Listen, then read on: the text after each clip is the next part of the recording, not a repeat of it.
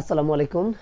এখানে 7 নম্বর অঙ্কটি রয়েছে 2a inverse 1 plus 3b inverse 1 bracket দিয়ে তার উপর ইনভার্স 1 এটা সমান কত, এটা আমাদের বের করতে হবে। তো এখানে এই অঙ্কটি আমরা যদি সমাধান করি তাহলে এই অঙ্কটি সমান আমরা কিন্তু লিখতে পারি এখানে যে 2 গুণন a ইনভার্স মানে কিন্তু উপরে 1 লিখতে হয় আর নিচে ওই পাওয়ারটাই ধনাত্মক আকার লিখতে হবে। আছে -1 হবে হচ্ছে +1, প্লাস লিখতে হয় না, 1 লিখতে হয় না।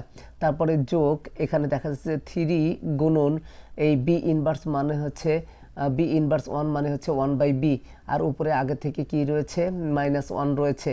তো এখানে ছিল এটা আর পূর্ণ সংখ্যার সাথে ভগ্নাংশ গুণ করলে ভগ্নাংশটা লবের সাথে গুণ করতে হয়। 2 একে 2 বাই কত a হবে আর এখানে 3 বাই কত b হবে, তার উপর কত -1 পাওয়ার হবে।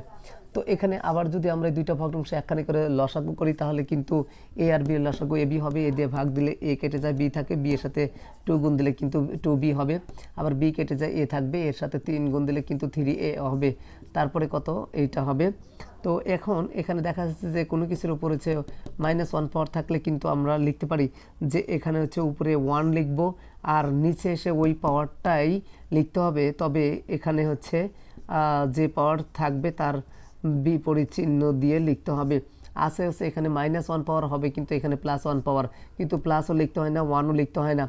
তো এখানে দেখা যাচ্ছে উপরে যে 1 রয়েছে সেই 1 আগে লিখতে হয় আর ভাগের জন্য এখানে গুণন আর নিচের যে ভগ্নাংশটা ছিল সেটা কিন্তু উল্টে যাবে, কারণ এখানে +1 প্লাসও লিখতে হয় না, 1ও লিখতে হয় না। আর এখানে এই ভগ্নাংশটা তখন কি হয়ে যাবে, উল্টে যাবে। তাহলে 2b প্লাস কত হবে 3a হবে।